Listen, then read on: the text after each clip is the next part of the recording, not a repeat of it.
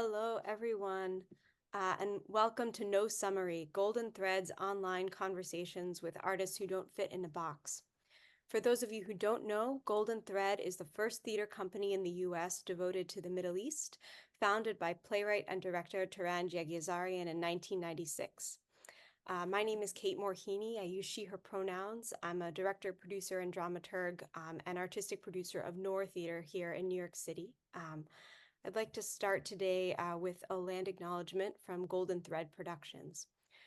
Golden Thread acknowledges that the land we occupy is the home of the Ramatesh Ohlone people, known colonially today as San Francisco. As we recognize the ancestral stewards of this land and acknowledge that our presence here is a reminder of a history of colonization and dispossession, we are outraged by the U.S. administration's complicity in perpetuating the same cycle of oppression, land theft, and genocide in Palestine. Golden Thread Productions is dedicating its entire season to Palestine because we believe it's our duty as artists and culture makers to speak out against injustice and stand with the oppressed.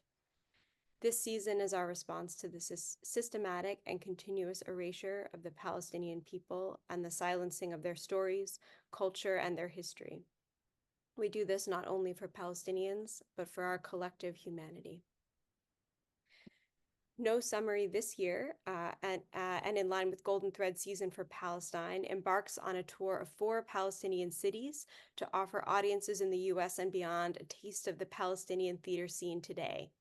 Each episode will spotlight a different theater, showcasing its history, notable performances, challenges, and life behind the scenes through interviews with its artists and community members. Today, we're honored to be joined by Amer Khalil from El-Hakawati Theatre in Jerusalem. Such an honor to be here with you today, Amer. I'll start out. Thank you. So glad to be with you. I'll start out by reading Amer's bio. Amer Khalil was born and resides in Jerusalem. He began his theater career early with the El-Hakawati troupe in 1980, volunteering to sell tickets and assist during local tours in Palestine. Amer's relationship with the late Francois Abu Salem, director and founder of El-Hakawati, was distinctive and very special. Under Francois's guidance, Amer received intensive training in theater. In 1983, Amer co-founded the El-Hakawati Theatre, later known as the Palestinian National Theatre. Initially working behind the scenes in technical roles, he soon transitioned to acting. His stage debut was in 1985 with the play The Eye and the Sun, and he subsequently participated in most of the Hakawati troupe's productions. Throughout his career, Amer took numerous courses and workshops in acting and directing, learning from many Arab and international artists. From 1988 to 1991, he lived in Paris, where he studied French and worked extensively with various theater groups and as a resident artist. He gained valuable experience and training from French and Dutch directors and collaborated with European theater groups to further his education and skills. Amer's love for singing and traveling has always been an integral part of his theatrical work. What an honor to be here with you today. Before we dive in,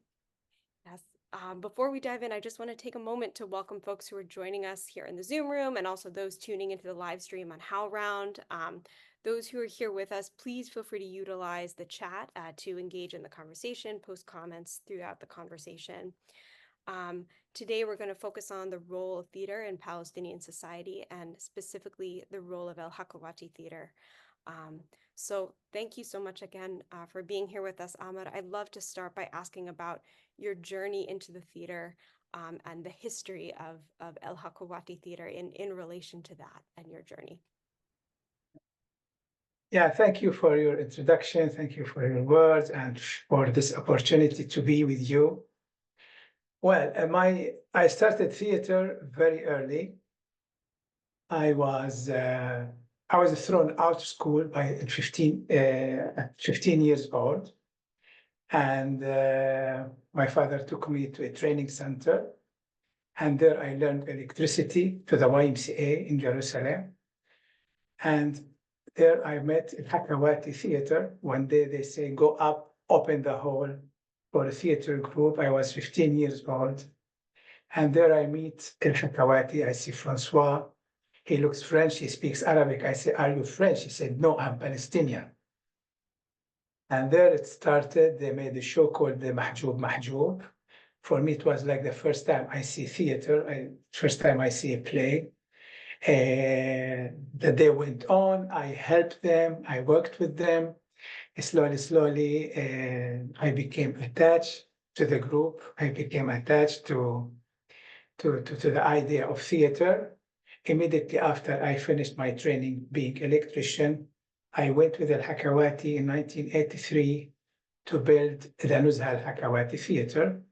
I became very close with the group and with Francois. I started as a technician to do light and sound. And as you say in my video, I like singing and I like theater, in fact, but it was like hidden. So, and Francois one day said, listen, you have to come and join us. Come watch the rehearsals because you will help us for the light and the sound. So I started going into the rehearsals. It was me and Iyam Abbas at that time. Iyam, she was a photographer of the group and I was a technician. And slowly, Francois said, you should jump. We improvised and we should go and try. This is how Francois made El-Hakawati. In Palestine, we have no theater school. It's all self-made. It's all self-educated. Francois El-Hakawati was like the big school that trained hundreds of actors and directors. So it went all through this building, Nuzha Al-Hakawati, and through Hakawati Group. So in '85, I started my first show. So I was there as a technician and as an actor. And yeah, slowly I went into the acting and did a lot of shows. We did Shakespeare, we did Brecht, we did Chekhov. I took small roles, and in '87, I took my first big role in the story of Kufr Shamma. This is a play that toured, like made 200 shows all over the world with big success. I made a main role there. And this is where I started my career as an actor. And as you say, in '88, I went to France, and then I continued my study and I learned more and more about theater. Yeah. That's incredible. And I know you mentioned to me that that the theater became kind of like the ambassadors of Yeah. Palestine to the world, starting Yeah. to tour in 1979. And can you Yeah. speak a Yeah. bit more about that? Yeah, and Yeah. their role sort of internationally. Well, this will take me a little bit to the history of the beginning of the modern theater in Palestine. I mean, I don't want to talk about the 40s and the 50s and the 60s. I want to talk about after the '67 war. Theater was it was a political theater. Teachers, labor workers, students, they wanted to do theater. They want to be activists to liberate Jerusalem and Palestine. It was completely political theater. 69, 70, 71 was all these kind of young people who wants to do theater, and a lot of groups at that time in the '70s. And this is where Francois Salim came, and he created first a group called Balalin, and then Sanduq al-Ajab. It's all groups in the '70s. And then Hakawati was established in 1977. It was the first professional theater group in Palestine. And as I said, it's all self-educated. It's all self-experience and self-trying out things. In '79, there was a producer in Jerusalem who met Hakawati, and it was the first time a Palestinian theater group goes to Europe and to the world. And since '79, we have been touring with almost every year. We do like 2-3 months a year tour in Europe. With the Hakawati shows, we have been all over the world, from Japan to Alaska. With many plays, and it's all in different languages. We play in English, we play in French, we play in Italian with subtitles. And in the middle of the '80s, Hakawati was like one of the 10 best groups in Europe. And the story of the ambassadors, we made a play called about Francois. This is after Francois passed away. we made a play called About Francois, and a lot of articles, a lot of people in the press talks about the Hakawati was the ambassador, was like in the beginning, end of 70s, beginning of 80s, the first contact between theater people and the audience in Europe. I remember the shows in London, I remember in Paris, in Amsterdam. We were really like ambassadors. People comes and see a theater show, and after the show, there is a big debate. We became the politician, we became the artist, we became the individuals who talks about Palestine. I was 18 years old, where I sat in Riverside Studios, and after a show, the people are interviewing me and talking about politics, about the show and about, because at that time there was little offices of PLO everywhere here and there, but there was no PA, there was no Palestinian Authority. And this Hakawati Theatre, with their stories and with their message and with their plays, we really became the ambassadors. So many times they write about Hakawati, they say the ambassadors of Palestine. Hakawati Theatre is telling the story of this and this and this and this. And this is where I think the Hakawati got its importance, because we carried the story of theater and the story of the land and the story of the people. So this was like a very important thing that, and we have been like really everywhere. So this was from the very beginning. Locally, Al-Hakawati was the theater that we built. It was the first theater in Palestine. So in 83, we started building it. In 84, we opened the first theater equipped stage, light, sound. And from there, many theater groups became, developed, a lot of artists, a lot of people, a lot of young people who wants to be actors. And because of our relation, Francois, he's Hungarian, his mother is French, but he was born in Palestine, and he always said he's Palestinian. So his relation to France, to Europe, we always had trainings, we always invite directors, we always invite actors. We created our own training program where we really trained a lot of actors and made a lot of shows. So this is the connection between Al-Hakawati inside Palestine and outside Palestine. Inside Palestine, we have been all over the country, in small villages, in camps. We go with mobile theater, with our stage and lights. And we do theater. We work 3 days to make 45-minute show. And the whole village comes and the whole city comes. And this has been since the beginning till now. And now we are the Palestinian National Theater in Jerusalem. It's the big umbrella, it's the big house of the Palestinian artists and the theater makers. That's incredible. Thank you so much for sharing that rich history with us. I'd love to hear more. So you spoke a little bit about the way in which the theater was sort of self-made, self-trained, and then the creation of this training program, and then also this idea of mobile theater and going around the country. I'm curious how that impacts the way that you create work. I'd love to hear more about that, and sort of your approach and the theater's approach to creating work, and how that's influenced by that process. Yeah, I think the theater we make it for we make theater for people who know. We know the audience.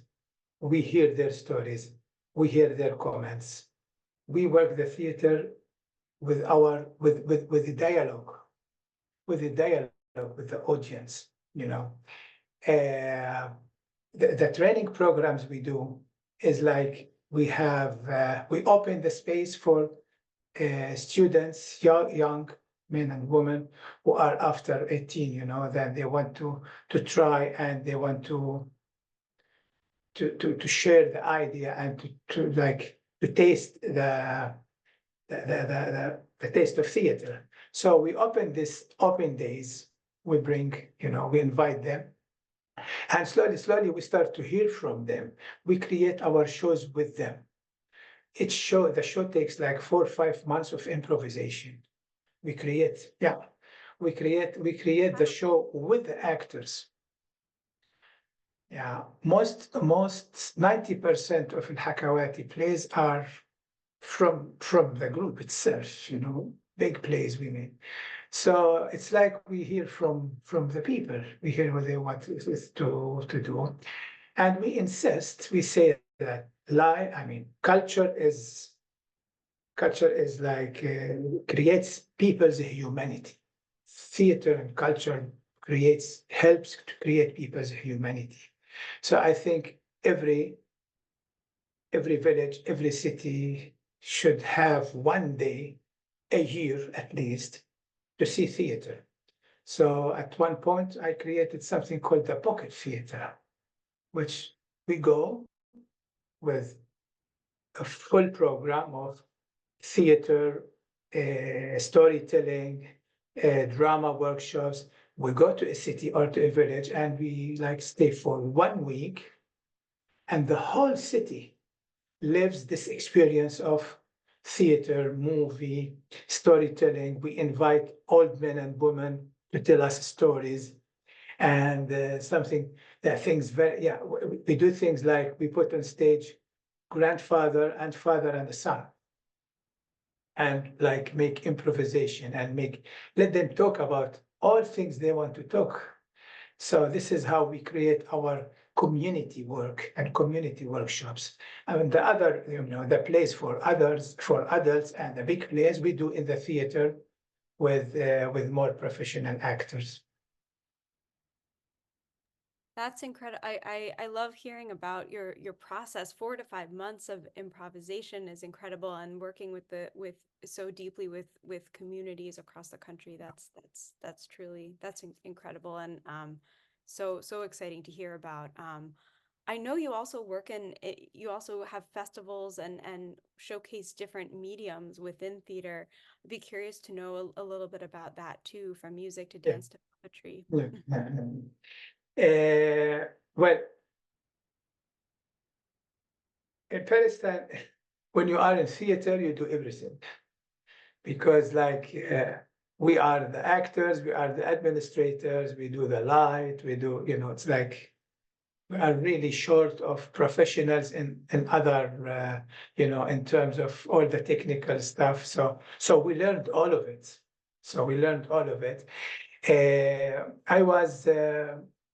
I was one of the founders of a very important festival in Jerusalem, the Jerusalem Festival that was initiated by Yabus Production. I was the artistic director for the festival. I did a lot of exchange, a lot of workshops, training, administration, art management for young artists, for young people who wants to be in art administration. So I worked a lot on the artistic side, and I developed a lot of quality and capacity on the management side and the technical side. So yes, I participated I built 2 theaters in Gaza, and they are all destroyed now. After building the Hakawati Theatre, we did it ourselves. Hakawati, the 7 actors of Hakawati, we rented an old burned cinema. We cleaned it and we made it a theater. And from this experience, we learned how a theater hall should be. So in 1994, after Oslo, I participated in building the Holst Theater in Gaza.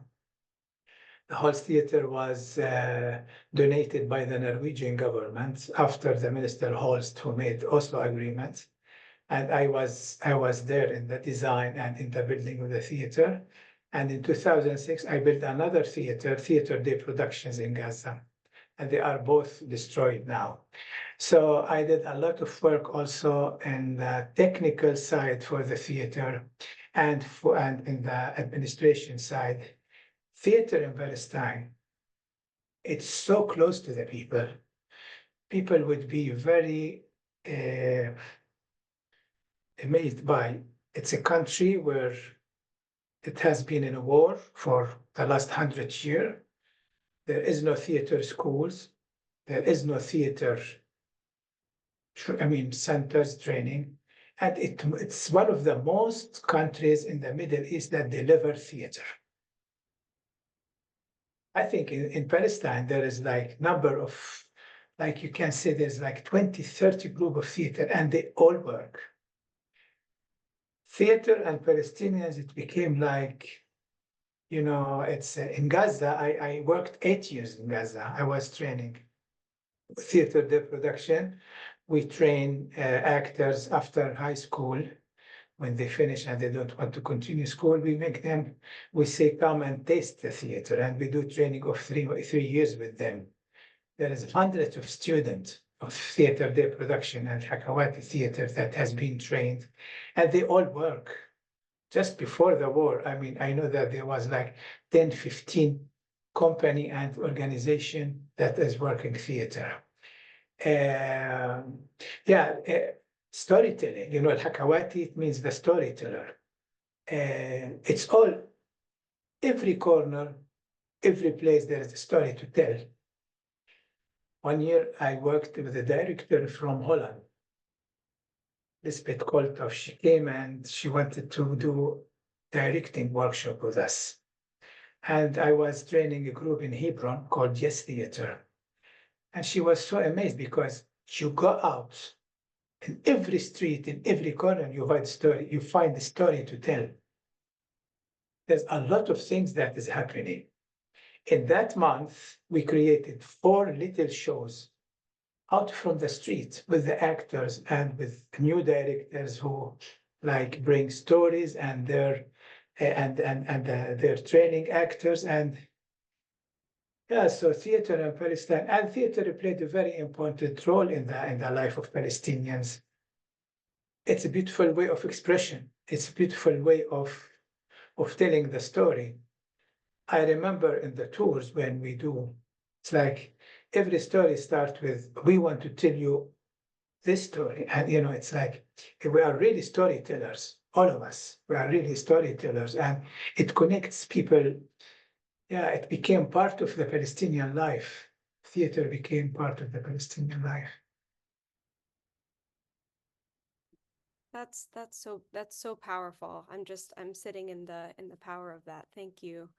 I'm curious, speaking of the importance of storytelling in Palestinian life, have there been, as you've worked in different places, as you've worked with communities to create pieces, have there been particular stories that have stayed with you or stood out to you, or sort of themes that repeat as you go through this process in different places? Yeah. I did a lot of monologues. I did a lot of storytelling myself, where I was a storyteller. And things have their nice positive side and sometimes negative side. I have a lot of successful stories, and I have a lot of frightening stories, because sometimes you go into the theater and people, it's like, it's the unknown. People wants to hear, there is a lot of stories where we go to the villages and we are in the show and people get so involved and people jump into the stage. They want to be part of the show. It's like, it happens a lot of time where we are in a village or in a camp and all of a sudden somebody interferes and he says, he goes, he wants to answer, he wants to say something about something happening on the stage, and we let it go. One of our best shows that was done by Francois Abu Salim called El-Atme, the darkness. And the darkness, it starts from the audience. It starts from the audience, and the actors are mixed between they are in between the audience, and they slowly start going into the stage. And the audience thinks they also can go into the stage. And all of a sudden you find the audience participating in the play and in a natural way. I did a lot of shows with Francois, me and him, in duets. And it's also connected too much to the storytelling and to how we involve the audience into the show we do. Yeah. What do you think is the role of the audience in performance? Like, what is the what do you think is the function of participatory theater in that way? The audience, they are a main character with us. They are playing. They are there. We see them, we look at their eyes, we talk to them. We don't have a fourth wall. We don't play. The audience is there. And the work goes immediately to the audience, and they do like the show we are having now in France. In the middle of the show, we stop and we have a dialogue. We have a debate. We have a debate with the audience in the Aristophanes show. I did with Francois Gilgamesh, the Epic of Gilgamesh, and we made it on small table of 2 meters with puppets. And this was a big fight between Francois and me. I said, Francois, I don't like puppets. And he says, but it's nice. I said, Francois, I hate puppets. And what you are putting me in a play where I have to move plastic bags and cans, and you say that you want to make Gilgamesh with it. And this was a real fight between me and Francois. And then we put it in the beginning of the play, so that people comes in, and Francois is looking for me, and he says, well, he disappeared. He's stupid. He doesn't like puppets. I don't know what to do. And the audience says, oh, what shall we do? Can we go? I mean, are we going to have the show? I said, I don't know. We have to look for him. And then I come, and then I tell the story of Francois and his plastic cans, and he wants to do the Gilgamesh. And slowly, we take the audience into the show, and we start. And then you end up with a beautiful show with full light and music. And so the relation with the audience is there always.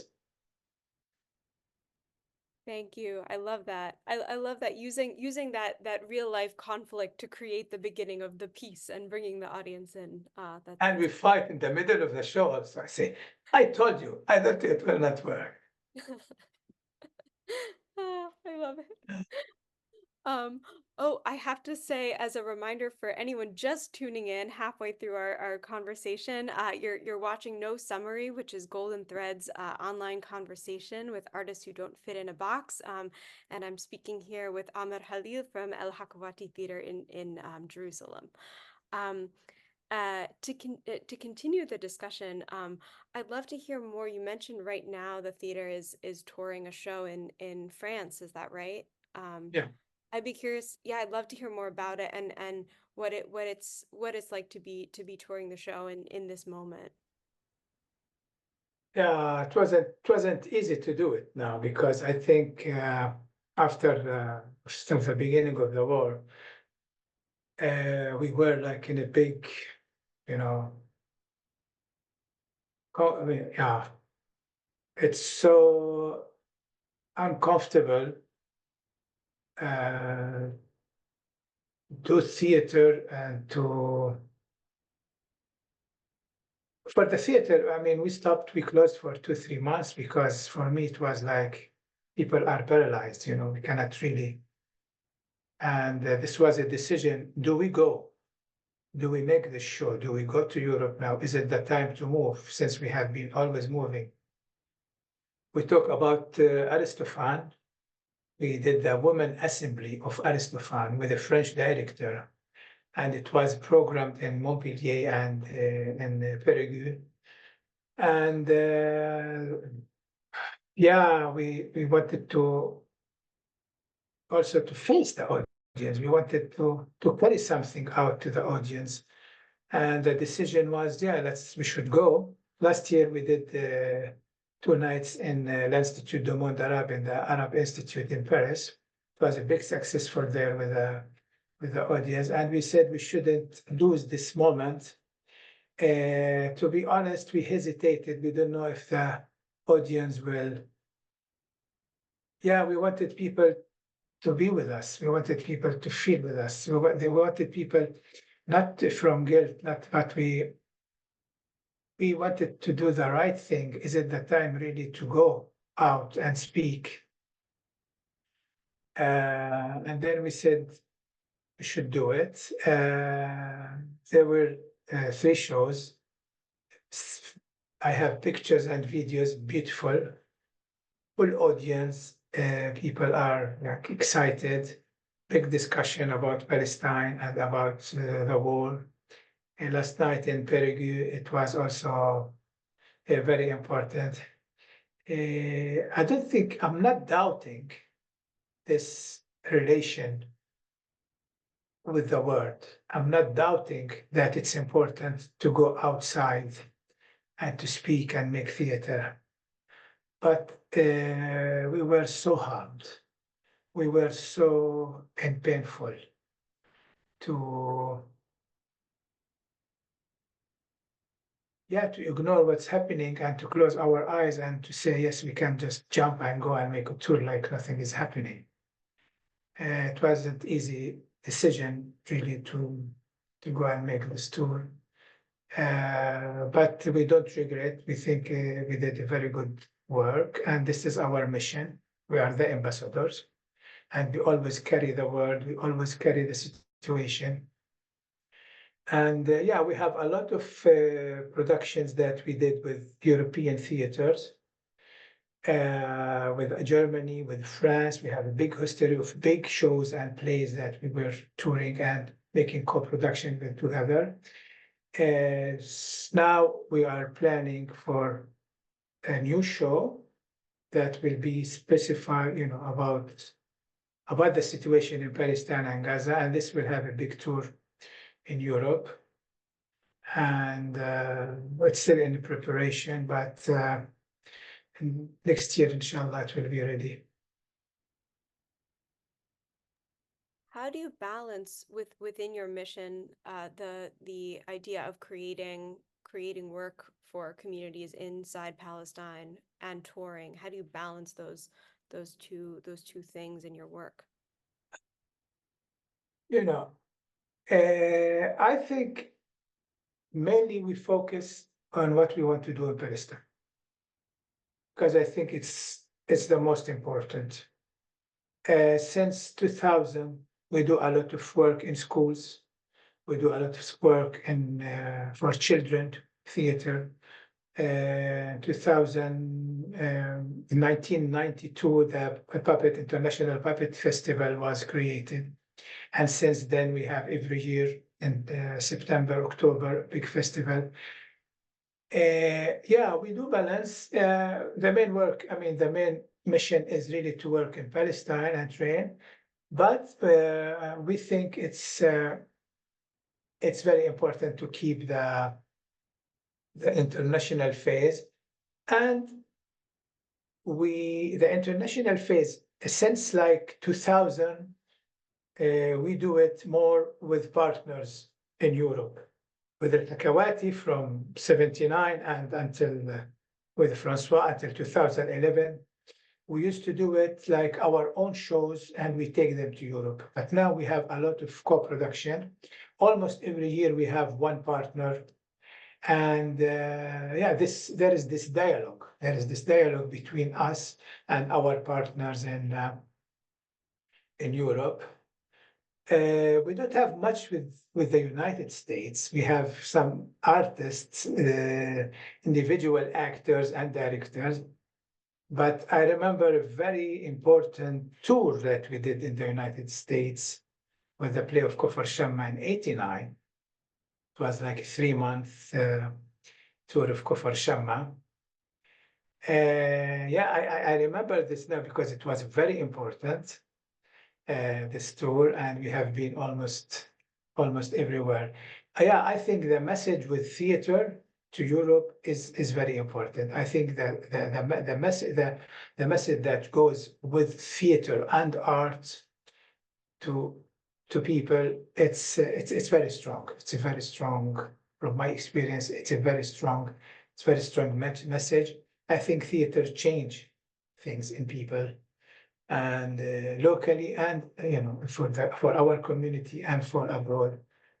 I think we are lucky to be artists and actors. it's a funny job.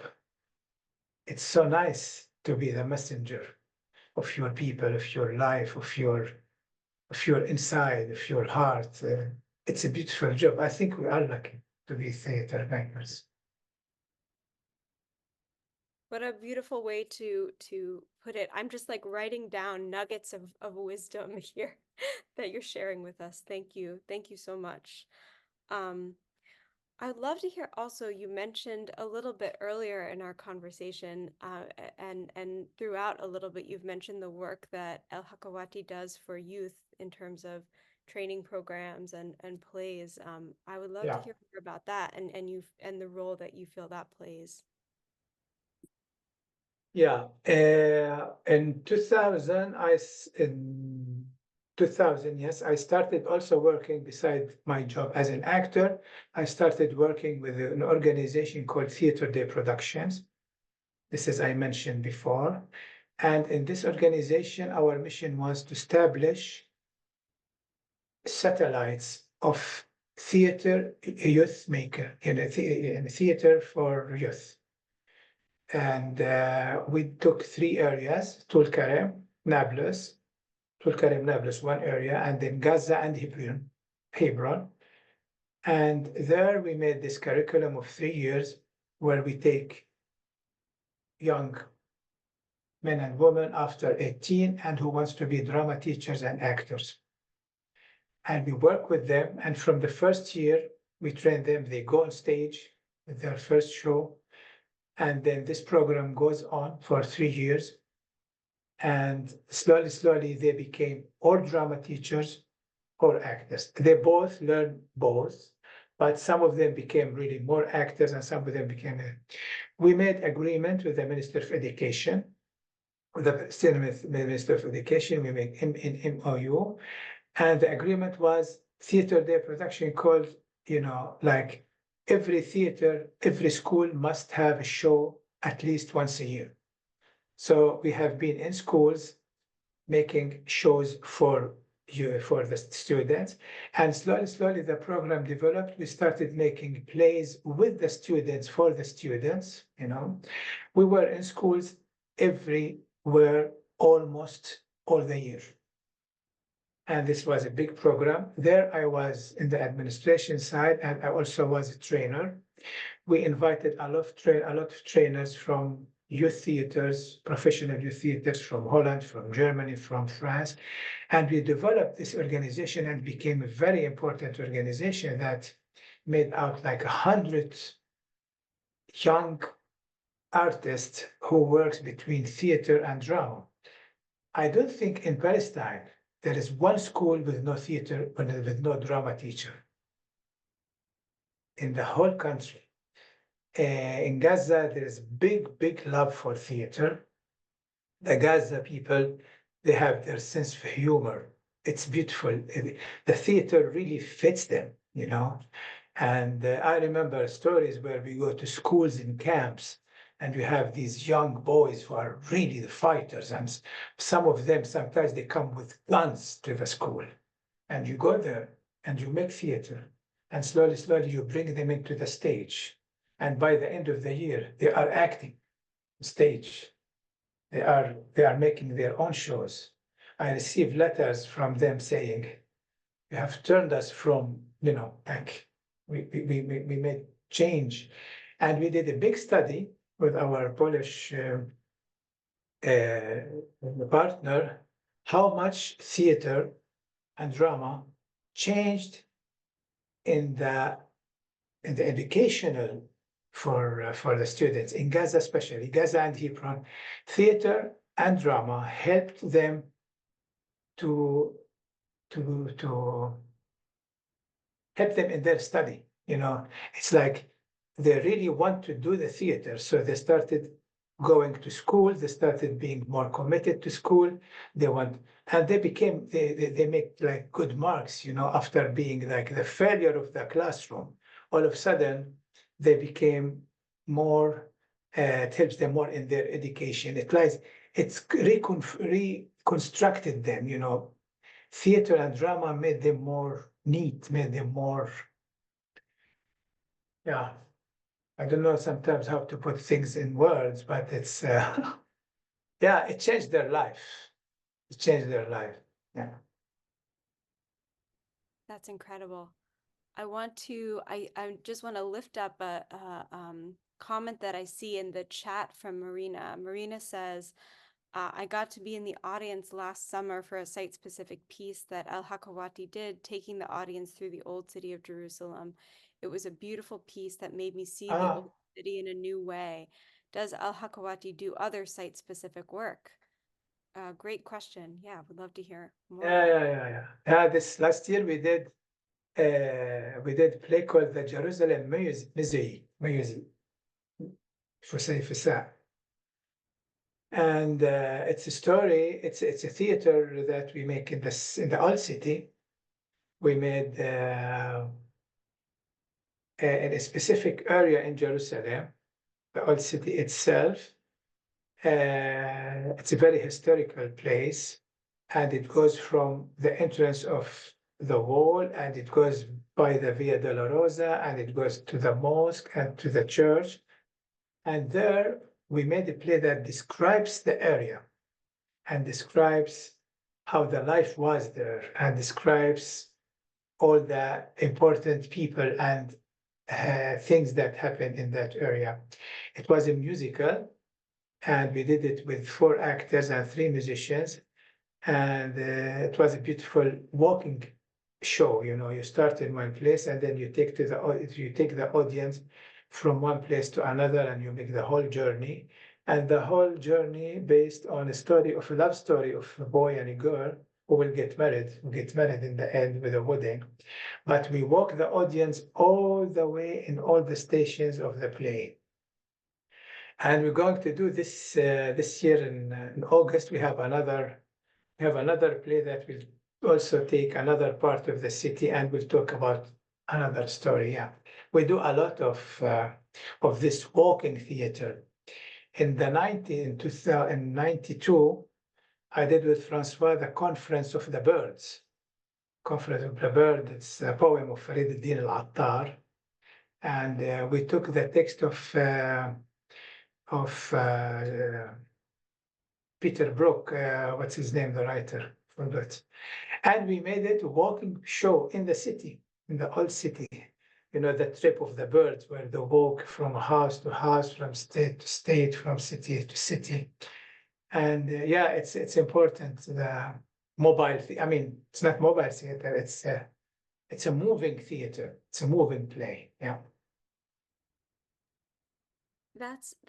Thank you for that great question, Marina. That was exciting to hear about. I'd love to also, I have a question related to that, but I would also love to invite other folks. If you have questions, please feel free to put them in the chat. I also want to uplift something that Catherine Correa put in the chat.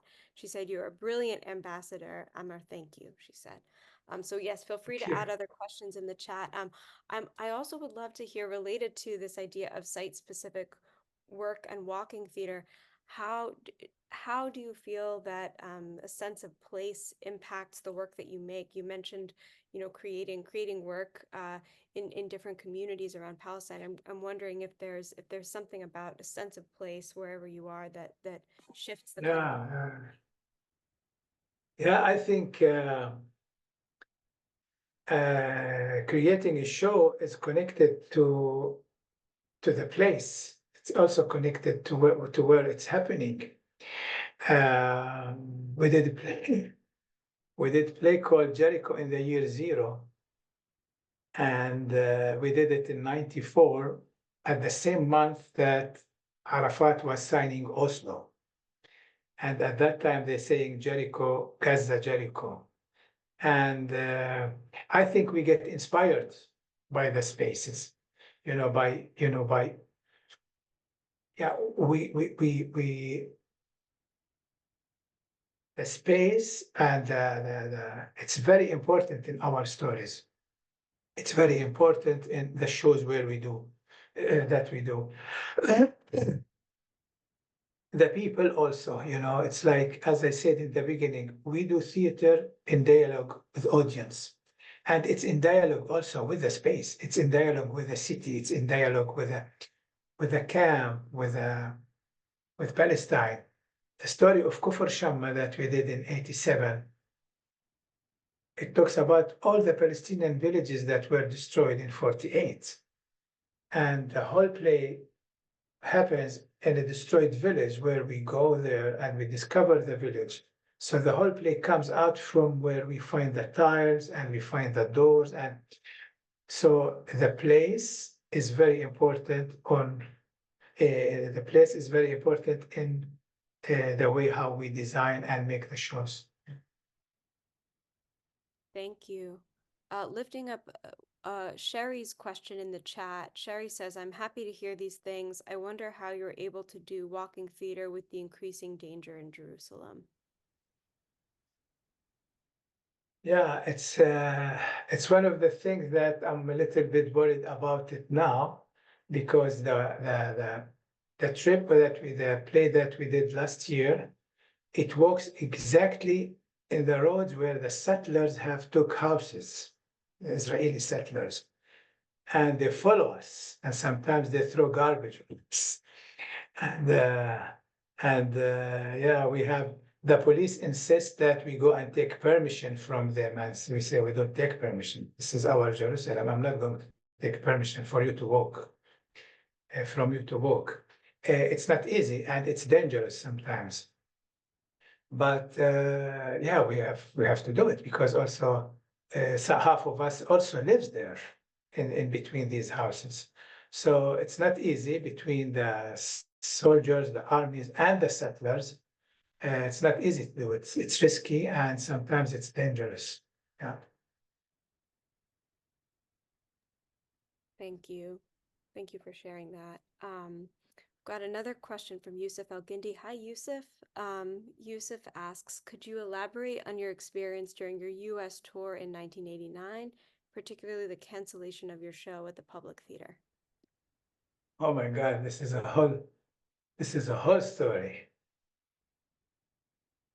Yeah, and the play toured from 87 to 89. 89, we got an invitation to do a tour in the United States. And one of the first invitation came from Joseph Papp from the Public Theatre, and to invite the show. And around this, we had a tour manager who organized other shows. We were in Philadelphia, Pittsburgh, Woodstock, Seattle, Vancouver, Washington. It was like 10, 15 cities. And just one day before we are ready to fly from Paris, Joseph Papp called and he said, I changed my mind. But he said something that was funny. Yeah, something like I changed my mind. And then for us, it was very important because the shows of the Public Theatre were like covering some expenses, and it took us like 4 hours to get this to the news. And the whole United States was just like everywhere in all the newspapers, everywhere that Joseph Papp has canceled the Palestinian theater, Hakawati. So this by itself made the whole story about the show. The shows in New York were the last shows, like we were there in the beginning of July and we were touring like till August, September. And it was it was something very big in the news. And everybody wants to know why Joseph Papp canceled this show and what is this show. So we made the tour. We were everywhere in the United States with a big audience, very successful shows. And the last week, DTW, the Dance Theater Workshop in New York, they picked up the show and they said, we will take it. And they took the risk because Joseph Papp says he was threatened by they will cut his fund from his board. They say you are bringing Palestinian theater, and it's play about all the destroyed villages in Palestine. So he said I cannot do this. And there was New York Times, Village Voice, New York. It was like big articles about his decision. We came to New York and we built up the play in the dance theater workshop. And in the opening, 15 shows in New York were sold out just before we came, all the shows. And the night of the opening, Joseph came to the show. And, after the show, for me, this was like, I had the main character in that show. I had the main role. I had the leading role. I I think this was like the best show of my life that night. It was a big hall. I was playing the fool of the village. Well, I was 24 years old. I was 25. Now I'm 60. And I was singing, dancing to a big show, and it was really the audience were like encouraging, and it was like beautiful show. Immediately after the show, all the press jumped into Joseph Fab. They want to ask him why did he cancel the show, so he really had no answer. We went down and we found all the posters of the show are broken, the glass of the theater are broken. It was like big demonstration from, on people who doesn't want the play to be there. They called the police because my picture was on the poster, and the poster was everywhere. So they have to bring me police, and they put like a guard in front of the hotel room, and it was a big story in New York, but with a big success with the audience. It was beautiful. And yeah, the US tour was great. We met very nice people.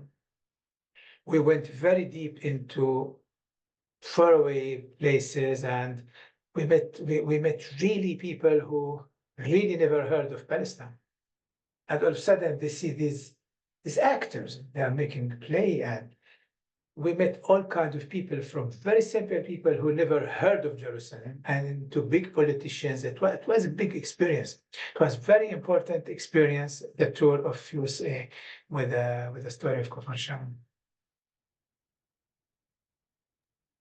Thank you for that question, Yusuf, and thank you, Amer, for sharing that story. I think it's important for those of us in the US to hear and to know the history of that. So thank you.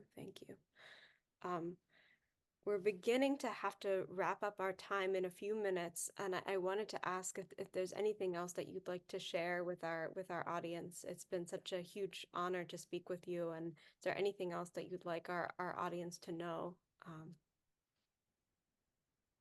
Yeah.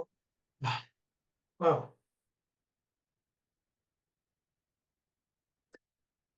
It's like I just said before we went into we live in a big stage. We live in Palestine. We live on a big theater scene. Everything has a story. In every corner there is a story. Yeah, I think everywhere is the same, but here things gets different dimensions.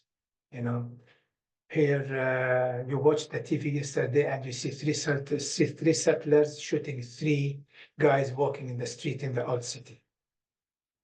And this is like this is a stage. This is a live stage. I think we will keep making theater. I think, like I said, we are lucky to be making theater. I think, as I know that I have been in many different countries and cities, and I see theater and I see theater shows and productions. I'm proud to be Palestinian. I'm proud to be a Palestinian actor. I'm proud of what the theater movement in Palestine did for Palestine, and what the theater and artists, Palestinian artists, what they did for Palestine. I think we were all good messengers. I think Al-Hurriya now, they are also in France in the same festival where we were, although with all the difficulties of Jenin situation. I am in contact with Gaza with few actors and artists who are still working in their tents to do work. They are trying to go out also to speak. Yeah, we are here. We will not disappear. We will not disappear. We have a big history. We have big tradition. We made our own tradition of theater. we created our own tradition of theater. We made our own school theater. It's the storytelling. We always have a story to tell, and we will always have story to tell.